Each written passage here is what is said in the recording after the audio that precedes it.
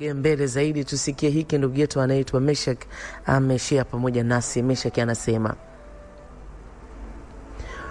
anasema hii ni safari yangu ya maisha. Mimi Meshak nimepitia mambo mengi, haya ni machache katika mengi ambao na share nawe rafiki yangu popote pale ulipo.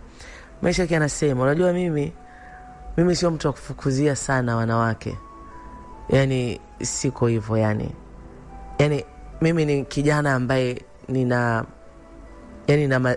kuhusu mazarizari ya kupendwa tu na wanawake, yani mimi ni kitu cha kawaida. Yani kutana tu na mwanamke akanielewa, yani nasibembelezi. Nikikwambia hii hali imenitokea lini ya kukutana tu tena na mwanamke na kutana naye Mbeya, kutana naye Mbeya kwenye harakati huko, yani nimuelewe nyakati za usiku kabisa. Hii ajabu ya kushangaza wakati mimi nazifahamu pisi kweli pisi kali nakutana nazo na unakuta sizielewi wala nini. Hii inishangaza sana. Unajua huyu msichana aliendelea kunibom pesa. Meshak anasema huyu msichana aliendelea kunibom pesa, na kuambia kuna watu wanapenda pesa nimekutana nao, lakini huyu msichana ni kiboko. Na ndio maana hauni shida hata kuuza mwili wake. Yani yeye akikuletea point 2-3 jiandae mwishoni lazima akubom pesa. Kwa hiyo kwa namna moja ama nyingine akanigeuza mimi kama ka ATM kake kako mahali. Ana shida zake na pesa, anajua kiniingia hivi mimi nitaingia kingi. Na ndivyo ilivyokuwa. Ananiambia leo nilikaa na huyu kazini wangu, nimezungumza naye kinaga ubaga nione mwelekeo wake ni nini kuhusu swala zima la mahusiano. Naambia nilishakwambia naanza kumtengeneza mtu mapema. Kama tutakuja sisi au wewe utakuja, njia iwe nyepesi. Naambia sasa nikamwambia acha habari zako, sio lazima upate mume mlokole mwenzio. Unaweza ukapata mume sahihi na akawa sio mlokole mwenzio. Kwa unazidi kumtengeneza. Akishamaliza hiyo topic, njaa kali ndugu yangu huko. Njaa kali vibaya mno, yani fanya jambo basi. Na mimi sasa na viela vyangu navyomrushia tap 15 hiyo. Siku nyingine bana usitume 15 bana, niongezea hata kidogo bana, tumetaka 50 basi. Tukao tunaenda hivyo kwa sababu nami nikawa nimebanwa, mambo yakawa ni mengi, nikachelewa kwenda huko. Lakini nilikuwa na shauku tangu nilipomwona yule msichana, ile shauku ya kutaka kumuona tena ninayo. Kuna mtu ushayekutwa na hali kama hiyo? Umeenda mkoani, kuna msichana umemwona na umerudi na movement zako huko, lakini kuna ile memory ya yule msichana bado inakusumbua na hamjaongea naye chochote. Ajabu kushangaza sana. Yani kwa watu kama sisi ambao tunakula bata, hiki ni kitu nadra sana. Ni kitu nadra kutokea kwa sababu wanawake wapo. Kwa nini hangaike na mwanamke naenda kumfuata Mbeya? Yani kwa kitu gani bwana? Na vitu kama hivyo. Lakini niliweka mambo yangu sawa kwa sababu nilibananika, nikanabidi niende wapi. Lakini ilifika muda naenda Mbeya. Niliforce kwenda Mbeya. Na nilimwambia msichana, mimi nakuja Mbeya. Alishangilia sana. Alishangilia kweli, akaniambia mshikaji njoo. Nikamwambia sasa hivi hakuna habari za mafungo tena. Kwani bado yuko kwenye mafungo, aishamaliza mafungo. Mimi kila kitu sasa hivi nimekiseti. Hapo utakapofikia mimi nitamwambia kuna mfadhili. Nikamwambia mfadhili, yani wewe ndio unakuwa mfadhili. Kwamba kuna proposal mtu unganisha na wewe, unataka kutusaidia. Nikamwambia wewe bwana acha mambo yako bwana. Bana najua hapa ndio kunipiga. Nikamwambia acha mambo yako, niache nije. Alafu tuone mambo yanakwenda. Hili ndio lenyewe mimi nakwambia ndio hili naenda kumuingiza mtu 18. Naambia subiri nije bwana wewe, subiri mimi nije. Maana najua naenda kupigwa. Ni hela. Sasa nataka nianze kuhangaika tena kwanza kumpa hela mtaji. Yani kwa kuniunganishia tu aanze kunipa haya mambo. Nikamwambia tulia. Meshak anasema basi nilifunga safari na nikaenda moja kwa moja Mbeya. Sasa safari hii mimi sikuwa nimeenda Mbeya kwa ajili ya ile kazi ninayofanyaga. Niliforce kuja na zaidi nije nitembelee ofisi, lakini hatakuwa na zoezi kubwa la kunifanya mimi nije katika msimu huu. Lakini nilimwambia bosi wangu niache niende Mbeya. Yeye mwenyewe alikuwa ananiuliza wewe una nini? Ulikutana na nini? Namwambia hamna, wewe ngoja niende bwana. Kwa nimefika nikachukua Nikachukua hoteli. Huyu msichana ile nimefika na kuambia naye huyu hapa. Mnatunyima nini huko bwana? Na mimi hujaja mikono mitupu, mimi ninunulie tu kwanza bia. Basi na mimi, bia? Bia kitu gani? Kunywa unavyotaka hapo. Yaani siku yote nimefika, dada huyu akaanza kunywa, tukaanza kunywa wote hapo. Tumekunywa muda mrefu sana. Nikamwambia sasa hivi muda umeenda sana. Mipango si inaanza kesho. Akasema, mimi nimechoka. Mimi mwenyewe nimechoka. Tulale tu. Nikamwambia tulale yani vipi yani? Akasema, usitake kuniambia kwa sababu unataka nikuunganishie kule, mimi basi nitaona kama ni wewe una tabia mbaya au utaona dhambi. Mimi nakutunuku tu. Nikamwambia sitaki. Achana na hizo habari. Sitaki. Mimi sio muuni kiivo nikwambie. Yaani mimi sio muuni kiivo, nishakwambia msimamo wangu. Achana na hizo habari. Nikamkazia, nikamwambia kama unataka mimi nikuchukulie room ulale, lakini kwa nini ulale hapa? Nenda bwana katengeneze njia, kesho mambo yakae sawa. Tuna masaa machache sana yamesalia hapa ili umlete huyo mtu. Akasema hapo. Kwa hiyo nikamchomolea hilo. Wasichana wauni hatari sana wanakwambia. Yaani kanywa ndaka nitunuku na kuntunuku. Mambo ya ajabu kweli ya. Kamgomea, nenda bwana. Akaenda. Akanipigia simu hiyo siku nyingine sasa. Na mimi ndo kilichonileta hapa. Akanipigia simu. Sasa inakuaje? Tuma hela basi ya nauli. Nikamwambia wewe acha uswahili bwana. Mimi nimekupa hapa hela. Mimi nimefika hapa nyumbani, kuna matatizo, kuna tatizo hili, usione mpaka sasa hivi hatujaanza kutoka. Hakuna hela ya kuweza kutokea hapa. Kasai sio ni Mswahili. Nikamwambia poa. Haina shida. Mimi si ndo na shida bwana. Haina shida. Kweli bwana. Niko pale hotelini, sinamuona anamleta, anakuja na yule msichana. Yaani sijui anamdanganyaje, yaani ninavyomuona msichana sijui yani anamdanganya nini. Lakini mtu kaletwa hapa. Nilivyomuona nilijisikia vizuri sana. Yaani jifui kujisikia vizuri.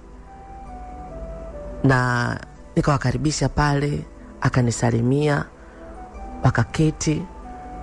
Nikamwambia jamani poleni sana. Safari imekuwa ndefu Huyu msichana yuko umejuaje?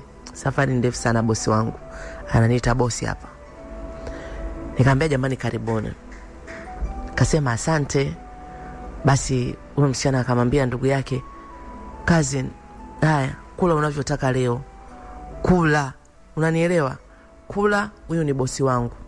Ni bosi wangu, bili zote atalipa hapa. Basi ikaja menu pale, yule msichana yeye alivyoangalia tu zile menu akasema mimi ninaombeni tu chipsi kuku basi.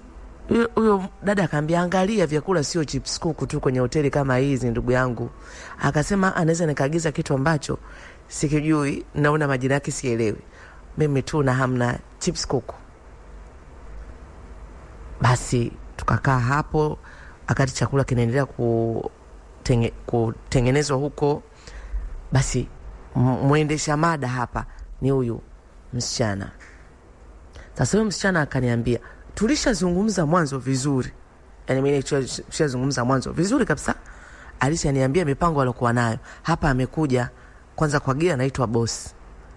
Alafu kitu cha pili akaanza kusema. Anamwambia cousin, ndio nilikwambia Mungu wako mkubwa. Mungu wako anatenda. Ndio huyu mpendwa ambaye aliahidi kwamba atatusaidia kufungua biashara. Unajua mimi nilishangaa sana. Ni nani aliyesema na wafungulia biashara wa viumbe? Lakini nilitulia, unajua sikutaka kuonyesha kwamba wewe unaongea vitu gani. Nikaa tu natabasamu. Basi huyo msichana akasema Mungu akubariki sana. Mungu akubariki sana. Yaani tunashukuru sana. Mungu azidi kukuzidishia pale mahali ambako umetoa. Na nitazidi kukuweka kwenye maombi. Na Mungu unayemtumikia atazidi kukutendea mambo makubwa sana na ya ajabu. Mimi nikaitikia kinyonge amen, amen, amen. Napigwa. Huyo binti ni mtoto wa mjini. Ushasikia mtu kala hela na uambuli kitu. Ndo hii sasa mimi naiona. Yani hii mimi ndo naiona live kabisa. Sasa mimi nazidi kumsikiliza mdada, yani mwisho wa siku anataka kufika wapi? Sasa akamwambia, mimi nilikwambia cousin, maombi unayoomba yataleta matunda. Si unaona tumekuwa na mwanzo mzuri. Na sasa amesema haiwezekani tu mimi nikawa natoa sioni nini kinachoendelea. Unajua watu ambao wamepata moyo wa kutusaidia wanatamani tusiendelee tena kuomba hela, tusiendelee tena kusema shida. Wanatamani kuona kwamba tunainuka na vitu ambavyo tunavifanya. Kwa hiyo na ili atuone pia, kwa sababu mimi mara zote namwambia sio mimi peke yangu nafanya, niko na mwenzangu nafanya naye, anataka kumuona je hawa ni watu wenye msimamo. Ndio maana nikasema cousin, mguu wako mguu wangu, ili jambo letu sote. Naamini sasa umemuona, na hapa sasa tumwambie nini ambacho kimesalia katika yale ambayo tunataka kufanya. Jamani, yani siamini hapa nipo. Nikatulia. Na muangalia tu msichana. Basi huyu sasa huyu dada sasa, huyu binti wa Kilokole sasa akasema, kama nilivyotoka kusema mwanzo, ninashukuru sana na tangu habari hizi njema zimeanza kutujia, tumekuwa tukikuweka rasmi kwenye maombi. Kila muda naotenga kwa ajili ya maombi nimekuwa nikikuombea shughuli zako zivuke ngambo zaidi. Niko Kwa hiyo pale tumefanikiwa, tumetengeneza banda. Kuna kile kiasi ambacho ulikuwa umetuma, kwa tukao tumenunua bati, ambazo hizi bati sio kwamba tulinunua mpya, tulinunua bati ambazo ni used, tukanunua na mbao, tukatengeneza. Kwa sasa hivi kitu ambacho kimesalia tu vitu vichache. Tunahitaji viti, tunahitaji meza, na tunahitaji tu mtaji kwa ajili ya kuanza biashara yetu. Mimi nimetulia hapa naangalia, kwa sababu msichana hajanishirikisha hiki kitu. Yani utapeli hajaniambia hiki kitu. Na sasa ameona mimi ninavyohangaika kwa ajili ya huyu msichana, kwa anajua hapa mimi EFM Nembo ya Taifa, uniambie kitu. Yes, kampeni yetu ya Jikune inaendelea kufanya vizuri sana, na hii ni kusherehekea miaka 11 ya EFM. Popote pale ulipo mdau wetu na unatufuatilia, basi hii inakuhusu sana rafiki yangu. Na nikwambie zawadi zimeandaliwa nyingi za kutosha kwa ajili yako wewe popote pale ulipo. Kuna mtu ananiambia, Vero, labda hizi ni kwa wakazi wa Dar es Salaam ambao wanaweza kuja kuchukua zawadi zao ofisini. Hapana. Rafiki yangu, uko Zanzibar, uko Mbeya, upo Kigoma, zawadi katika kampeni yetu ya Jikune inakufikia. Hii ni kwa sababu tunasherehekea miaka 11 ya EFM. Hatusherehekei mikono mitupu, na ndio maana zawadi inakufikia wewe popote ulipo. Na nani anaweza kupata hii zawadi? Mtu yote anaweza kupata hii zawadi, ni mradi tu awe na umri kuanzia miaka 18 na kuendelea. Na unafanyaje? Ni rahisi sana. Kwanza uwe na simu yako rafiki yangu. Iwe ni smartphone au iwe kiswaswadu, yani wewe ukiwa tu na simu yako unaweza ukapata hizi zawadi. Unaingia kwenye menu ya simu yako, kwa wewe ambao unatumia mtandao wa Airtel, unatumia mtandao wa Vodacom au unatumia mtandao wa Yas, nyota 150 nyota 45 nyota 1 alama ya reli, nyota 150 nyota 45 nyota 1 alama ya reli. Ukipiga utakutana na maswali. Mimi napenda sana maswali tofauti. Kuna chemsha bongo, kuna vitendawili, kuna methali, kuna nahau, kuna maswali ya historia, ya kisayansi. Yani wewe utashangaa. Utajibu maswali yako vile ambavyo unaweza. Jibu swali moja, la pili, la tatu. Jibu kadri unavyoweza. Unavyojibu zaidi rafiki yangu, una nafasi ya kushinda mazawadi mengi pia zaidi. Hasa hizi zawadi zipo, simu zipo, friji, TV zipo. Yes, na ukulipiwa pesa kwa ajili ya kodi. Unaweza ukalipiwa kwa ajili ya bili ya maji, unaweza ukalipiwa, ukanunuliwa umeme. Nisisahau, unanunuliwa umeme wa kutosha kabisa. Sasa ingia kwenye hiyo menu, piga, chagua swali, jibu swali, upate hii zawadi. Kumbuka hii ni miaka 11 ya EFM tangu matangazo yetu yalipoanza kuruka live. Ndugu yetu anaitwa Meshak anasema, mimi nimekutana na wasichana wahuni kweli kwenye harakati zangu za maisha. Yani waongo kiboko. Huyu ni msanii. Yani hawa ni aina ya wale wasichana wacheza fursa. Yani hapotezi sekunde, ndo huyu sasa. Yani hela zote zile ambazo amekuwa akinipiga na hajafanya chochote cha maana mpaka sasa hivi wanaanza kuniambia habari ya biashara. Hivi kweli hawa si ni watu wameongea huko waje wanibebe pesa? Mimi nimetulia hapa nimuone mwisho wake anataka kusema nini. Basi huyu msichana akaeleza mahitaji waliokuwa nayo. Kwa ina maana mimi ndo nitoe pesa, yani mimi hapa ndo nitoe pesa. Hiyo pesa ikanunue majiko, hiyo pesa ikanunue vyombo, si sahani, si nini. Hiyo pesa ndio ikanunue mtaji na nini. Maana naambiwa hiyo ni sehemu ya masuala ya kupika.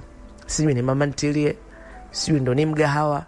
Mimi sielewa hicho kitu wanachozungumza wamekitengeneza, kwa sababu hakuna aliyewahi kunishirikisha hapa. Huyu msichana akamalizia kwa kusema, unachokipanda kwetu ni cha thamani sana, na maombi hayatakauka kwetu sisi kwa ajili yako. Nikabaki na mwangalia msichana, ni anavutia huyu msichana.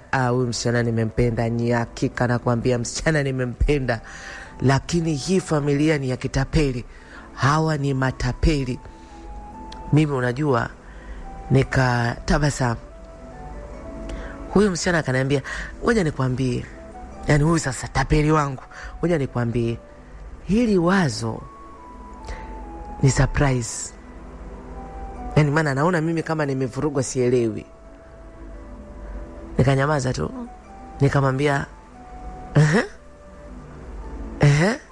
Huyu msichana akaniambia, inawezekana hata ukawa hauna yote ya haya ambayo nimesema, lakini unaweza ukatupa hata nusu, tukaona tuna balance vitu vipi, ikiwezekana hata Jumatatu inayokuja tuweze kuanza.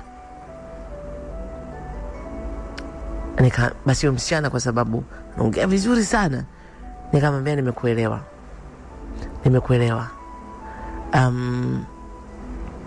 Nikamwambia huyu tapeli wangu, tunaweza tukaongea kidogo?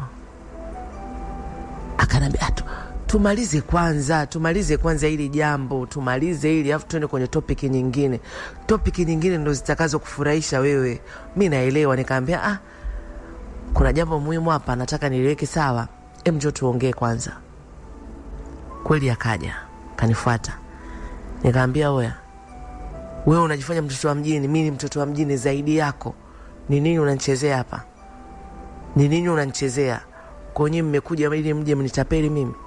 Kwa mimi nimefunga safari kuja kukutana na matapeli huko. Acha hizo bwana.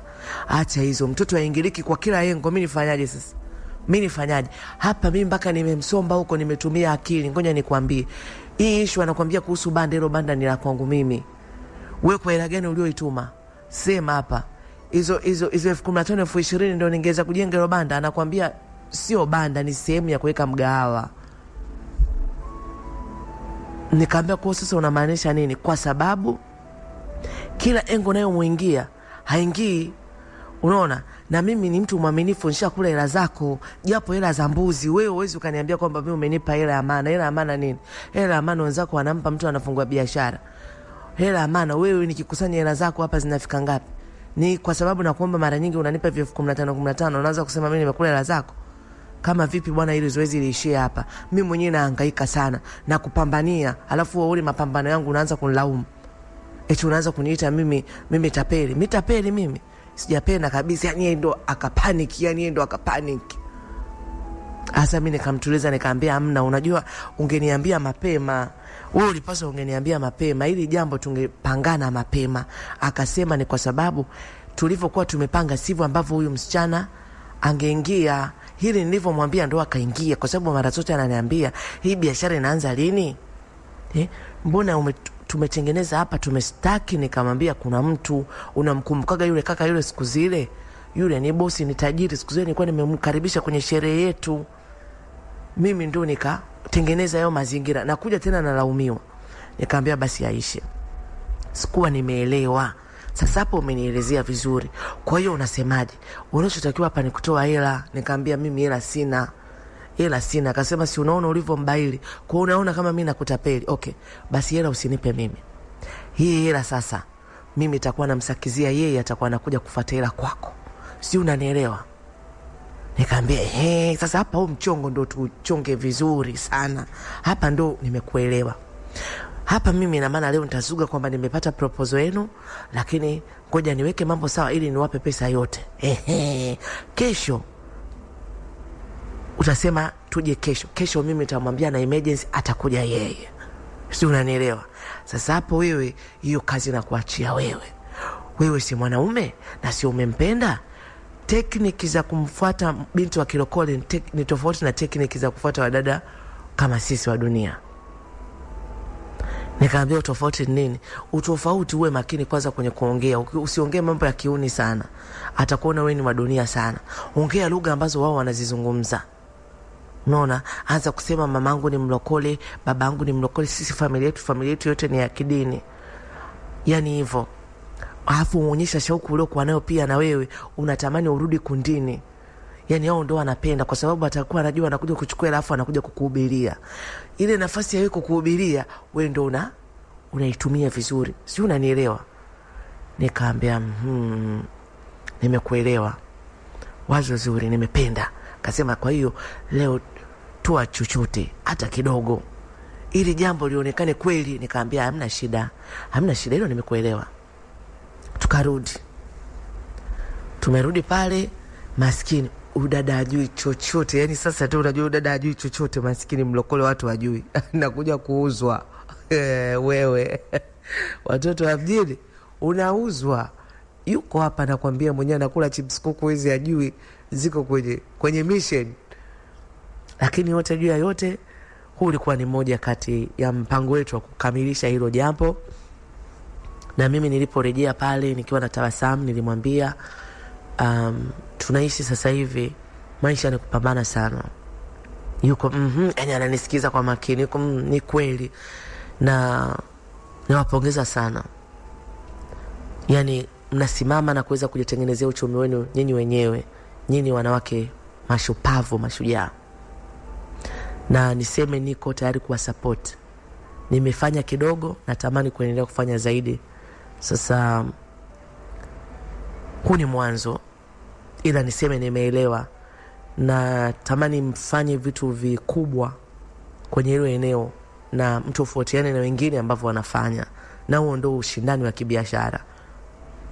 Akawa na support. Amen. Hakika Mungu akubariki sana. Niko amen. Yani huyu angejua sisi mipango tulionayo, abakizwe mtu hapa. Meshaki anasema basi tulikaa tukapiga story. Huyu mdada ndo akaanzisha mada, akasema unajua familia ya kina Meshaki karibu watoto wameokoka. Basi huyu dada huyu anasema kweli, haleluya, mimi husikia fahari sana kuona familia ina neema ya wokovu. Haleluya. Yani ninabaki tu moyoni nasema kawe msichana ni muongo. Anamuuza ndugu yake, hajali lolote, kwa sababu sio kama mimi ananijua. Ananijua vipi mimi? Hajui mimi, anijui. Tumekutana hivyo, nakumbuka wewe ashakuwa mpenzi. Shakutana tukalabata hivyo. Hajali lolote. Ela atajua mwenyewe. Tulipiga story sana, na mimi nikamwambia pale sasa huyu bwana mimi namuonyesha msichana hayuko serious huyu. Nafikiri ile jambo unabidi ulibebe kinagaubaga sasa. Akawa anasema hakika na mimi niko tayari kuhakikisha hili jambo linakamilika.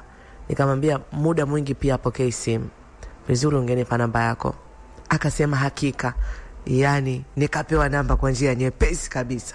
Sasa ukishapata namba, watoto wa mjini tunasemaje, imeisha hiyo. Hiyo imeisha. Mpango ni kupata namba. Nikapata namba hapo na mimi nikawaaga, lakini nikawa nimetoa kiasi. Nikamwambia sasa mimi leo nilikuwa siko vizuri kwa sababu kwanza sikutegemea ujio wenu. Naomba kesho ili zoezi tulifanye kesho. Na haya ndio yalikuwa mazungumzo yetu kati ya mimi pamoja na huyo msichana, yani na hawa wasichana ambao tumezungumza pamoja. Ndio. Hakika.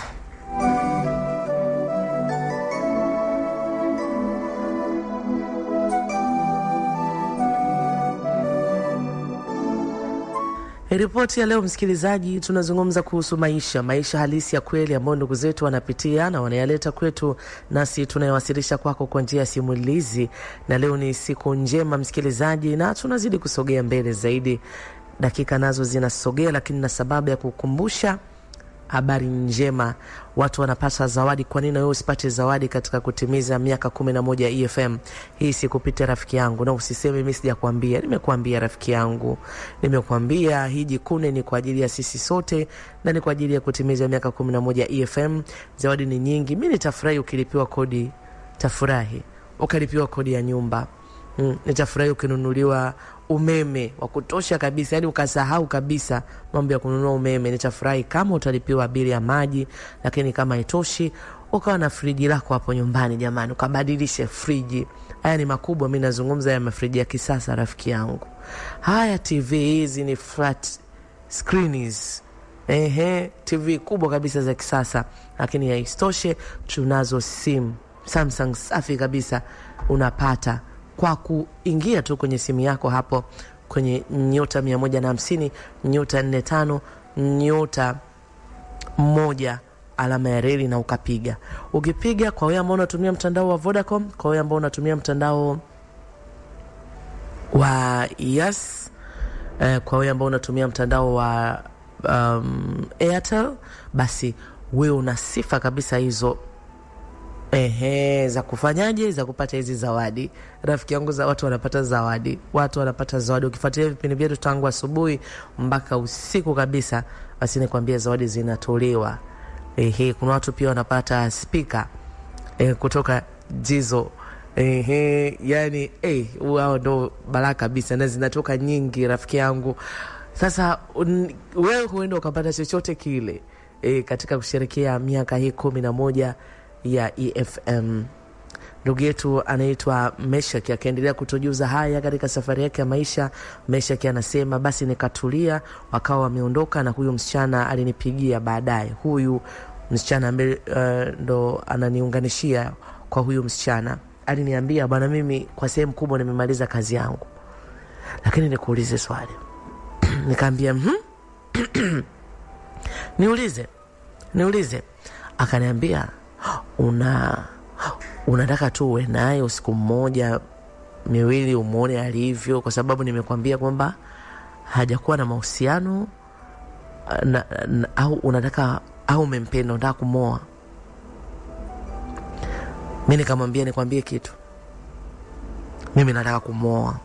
Akacheka akasema uongo, alafu wewe tunazungumza hapa sisi wote wahuni, acha hizo habari zako bwana, mimi simuoni muoaji hapa. Nikamwambiaje, yani mimi nikwambie, akinipenda tukaelewana, mimi namuoa. Kwa hiyo hata unavyoendelea kunipigia debe, sio kwamba mimi nitakuwa mwanaume muhuni. Mimi nataka kuoa. Afu nyumbani wananisumbua kinoma, wanataka nioe. Kwa mimi nilivyomuelewa, mimi namuoa, labda yeye tu alete shida zake. Akaniambia sasa huyu itabidi labda uende uanze useme unasali kanisa la Kilokole, kwa sababu hao hawakubali. Nikaambia wewe, nikwambie vyote vile itakavyokuwa, mimi akinielewa, mimi najua mwanamke akikuelewa anafanya vyovyote. Akinielewa mimi, basi mimi nachukua mzigo. Akasema uongo tu, lakini poa, hata ukiacha poa, hamna shida. Lakini nikwambie, huyo msichana ana matatizo bwana, ana matatizo. Na kuomba sana siku mtakapokutana tumia kinga bwana mshikaji. Nikamwambia yani unamaanisha nini? Akasema yani nakwambia unajua hao hapa wanakuaga haya mambo wengi hawayajui. Unaona elimu ya haya maswala hawazingatii. Siku moja akadondoka, kudondoka asikumbushe vitu kama hivi, asione umuhimu wake. Unaona? Wewe itakapotokea hivyo EFM, nembo ya taifa. Uniambie kitu.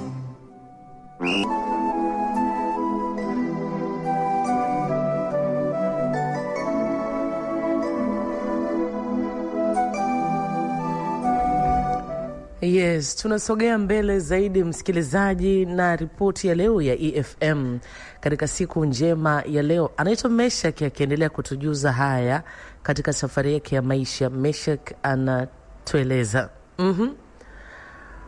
Meshak anasema nilimuuliza huyo msichana kwa nini unasema hivyo? Akaniambia ikitokea siku hivyo basi nakusihi sana. Sitaki kushiriki dhambi nyingine. Yani namjua mtu huyo. Napenda pesa. Lakini nakuomba sana. Najua unaweza kumwacha kwenye maumivu makubwa ya mapenzi, lakini usimwachie shida nyingine. Nikamwambia shida nyingine yani kwa sababu mimi na shida gani? Kwa sababu mimi na shida gani? Akasema wewe bwana si ni mtu wa safari, wewe unasafiri unakutana na wanawake wangapi? Sasa kama mtu unanunua wanawake, wewe si unaweza ukawa kila unapoenda unanunua wanawake? Kwa mimi nimekwambia kiroho safi. Hivi unajua kitu nilichokifanya ni sawa mimi nimemchukua ndugu yangu na kwenda kumuuza kwa mtu ambaye ni nyang'au kabisa. Nikaambia acha mambo yako bwana. Mimi nimezungumza kwa sababu mimi pamoja na ugumu wangu lakini na karoho fulani kautu. Unaona huyu ananiombeaga sana mimi mambo yangu nakwambia. Ananiombeaga sana afu ni mtu mwema kuomba sana hilo nakwambia. Nikaambia poa mshikaji. Nikamwambia nikwambie kitu. Mimi sina maradhi yoyote nakwambia. Sina shida yoyote na istoshe mimi tukipatana na huyo msichana kabla ya kufanya chochote mimi ndio tutachukuana hata wewe ukitaka tutaambatana na wewe twende tukapime. Maana nishaanza kuona kama unanihisi vibaya. Kukununua wewe bwana imaanishi kwamba mimi nanunua kila kona wanawake bwana. Akaniambia mimi nimekwambia tumeshamaliza. Mimi nilikwambia nimeshamaliza.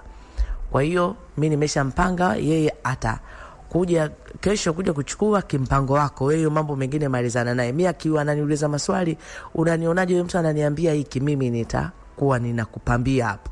Lakini ile moja kwa moja mimi niko front nianze kusema huyu mwanaume hapana. Sitaki kabisa huyu ndugu yangu unajua. Nikamwambia mimi nimeshakuelewa. Hilo jambo limeisha, kuwa na amani. Meshak anasema basi ni kweli huyo msichana alikuja kwa sababu tulichat. Nikamwambia Bwana Yesu asifiwe, akaniambia amina. Nikamwambia unaendeleaje? Naendelea vizuri. Katika mazungumzo yetu nikamwambia njoo muda fulani, akaniambia sawa. Japo leo nilikuwa na ratiba za kanisani lakini ngoja nije nifuate hicho kiasi cha pesa ili hata tuanze. Nikamwambia sawa. Kwa hiyo akaja. Alipokuja na mimi nikamwambia basi huu muda ni vyema hata ungepata na chakula na tuweze kuzungumza, nikushauri pia kuhusu mambo ya biashara zaidi. Akaniambia sawa. Akaniambia samani niko peke yangu kama nilivyokuambia kwa sababu akaniambia ndugu yake ampata emergency. Nikamwambia hata usijali, nyinyi ni familia na bila shaka hakuna shida yoyote. Nikamuuliza unasali wapi? Akanitajia kanisa nalo sali. Nikamwambia na unasali hapo na muda gani? Akanitajia. Nikana ni binti ambaye amekulia kwenye haya mambo ya wokovu. Nikamwambia huyu namfahamu kazini yako. Mpo mnaishi pamoja siku nyingi? Akasema yani siku nyingi. Mimi babangu yani ni historia ndefu. Babangu na mamangu walitengana.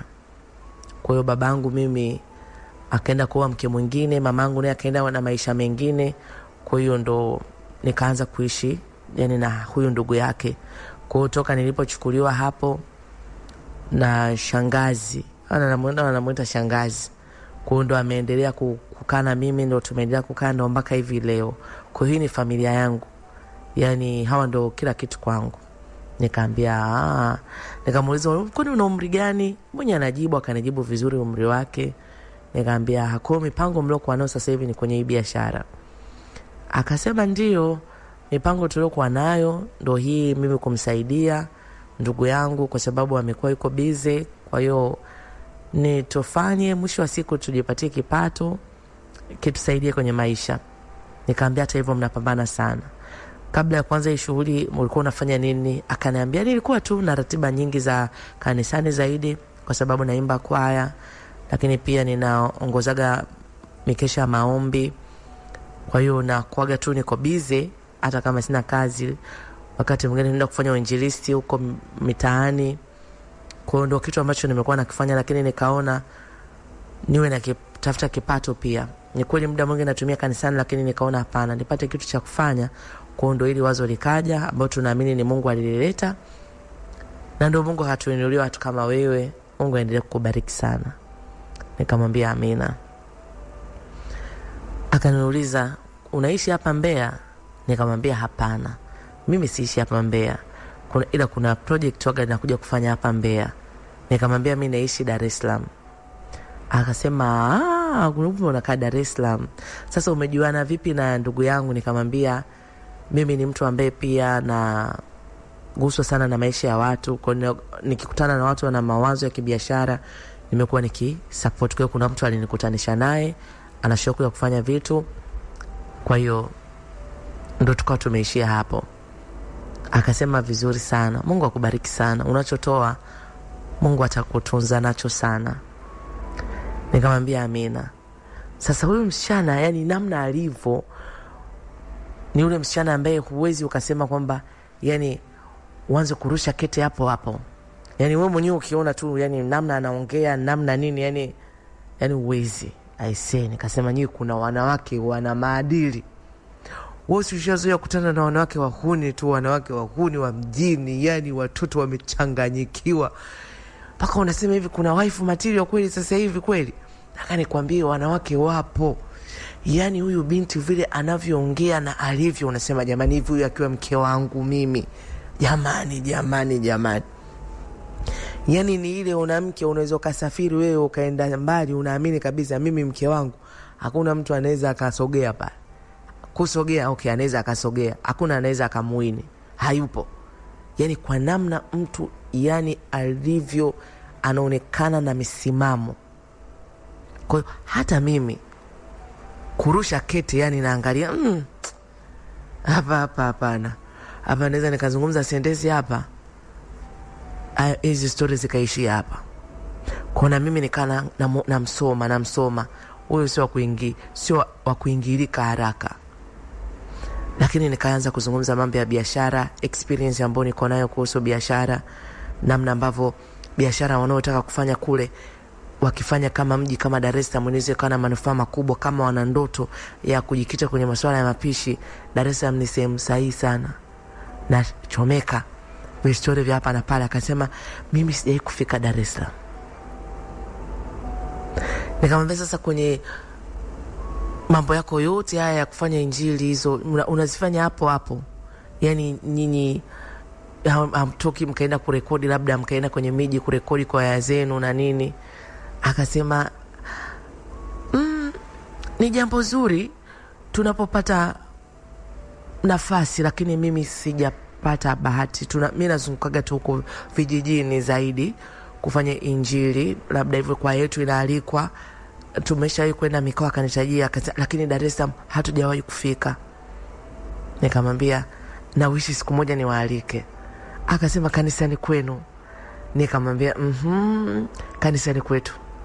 Akafurahi sana. Akasema itakuwa ni furaha kwangu na mwalimu wangu wa kwaya na wanakwaya wenzangu pia. Itakuwa ni jambo zuri sana. Tuna nyimbo nzuri sana. Tumekuwa tunatamani tuzifike mbali. Ila tunaamini katika wakati wa Mungu. Nikamwambia amina. Kwa sababu tupo na tunazidi kuwasiliana, naamini yatatimia. Akasema amina. Na mimi naweka pia kwenye maombi. Naweka mambo kwenye maombi. Niko Ni sawa kabisa. Stories zingine yani hapana. Hapa nakwambia nilikuwa nakunywa maji. Katulia pale, nikampa kiasi cha pesa, nikamwambia sasa mimi nitatoka. Ina maana maliza hapa shughuli zangu, nitatoka, please nakuomba sana. Endelea kunipa feedback na tuwasiliane. Nakuwa niko busy lakini usiache kunitumia message. Akasema nitafanya hivyo. Tafanya hivyo. Na kama una uhitaji wowote wa maombi, unataka jambo fulani Mungu akutendee, naomba unitumie message. Hata kama una maombi 10, niandikie ombi la kwanza mpaka la 10 na tutaanza kuyaweka kwenye maombi. Nitaingia kufanya maombi kwa ajili ya hayo. Na kadri Mungu atakavyozidi kukujibu ndivyo ambavyo utaanza kutiki moja baada ya jingine. Nikamwambia amina. Nami nitaandika maombi mapema sana. Akasema Mungu akubariki akutunze, lakini kwa leo naomba nipate nafasi ya kukuombea. Niko Mungu wangu jamani, huyo msichana niko. Amina. Amina. Basi akaomba pale, mimi nimetulia tu. Alipoondoka nilikuwa na kiu ya pombe, yani kiu ya bia iko hapa.